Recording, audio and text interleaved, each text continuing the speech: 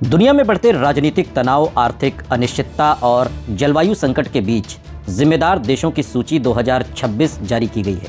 ये report world intellectual foundation यानी कि WIF ने 19 जनवरी को प्रकाशित की। इस सूची में सिंगापुर को दुनिया का सबसे जिम्मेदार देश घोषित किया गया है। लेकिन क्या आप जानते हैं कि इस सूची में भारत कौन से पायदान पर है? आज के इस वीडियो में हम आपको बताएंगे कि जिम्मेदार देशों की इस सूची में भारत का नंबर क्या है।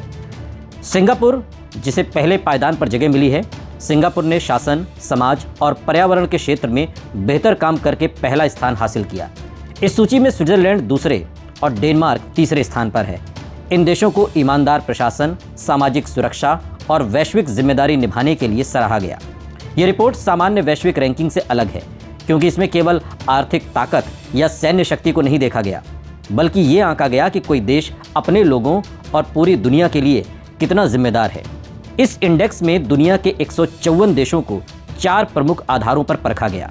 मसलन, ईमानदार और साफ शासन व्यवस्था, दूसरा लोगों की सामाजिक भलाई, तीसरा पर्यावरण की सुरक्षा, चौथा दुनिया के प्रति जिम्मेदारी। रिपोर्ट में ये बात सामने आई कि बड़ी अर्थव्यवस्था होने के बावजूद कई देश पीछे रह गए। अमेरिका को 66वां और चीन को 68वां स्थान मिला है। इससे ये साफ है कि केवल पैसा या ताकत होना ही जिम्मेदारी की पहचान नहीं है। पाकिस्तान इस सूची में 90वें स्थान पर है। यूरोप के कई देश इस सूची में ऊपर हैं, जो ये दिखाता है कि वहाँ शासन और सामाजिक जिम्मेदारी पर खास ध्यान दिया जा रहा है। वहीं युद्ध और संकट से जूझ रहे देशों की स्थिति कमज़ोर रही। सीरिया 153वें और यमन 151वें स्थान पर रहे, जो सूची में सबसे आगे हैं। भारत को इस लिस्ट में 16वां स्थान मिला है और उसका स्कोर 0.5515 रहा। रिपोर्ट की माने तो भारत ने स्वास्थ्य सेवाओं, सामाजिक बराबरी, पर्यावरण से जुड़े योजनाओं और लोगों को केंद्र में रखकर बनाई गई नीतियों में अच्छा काम किया है।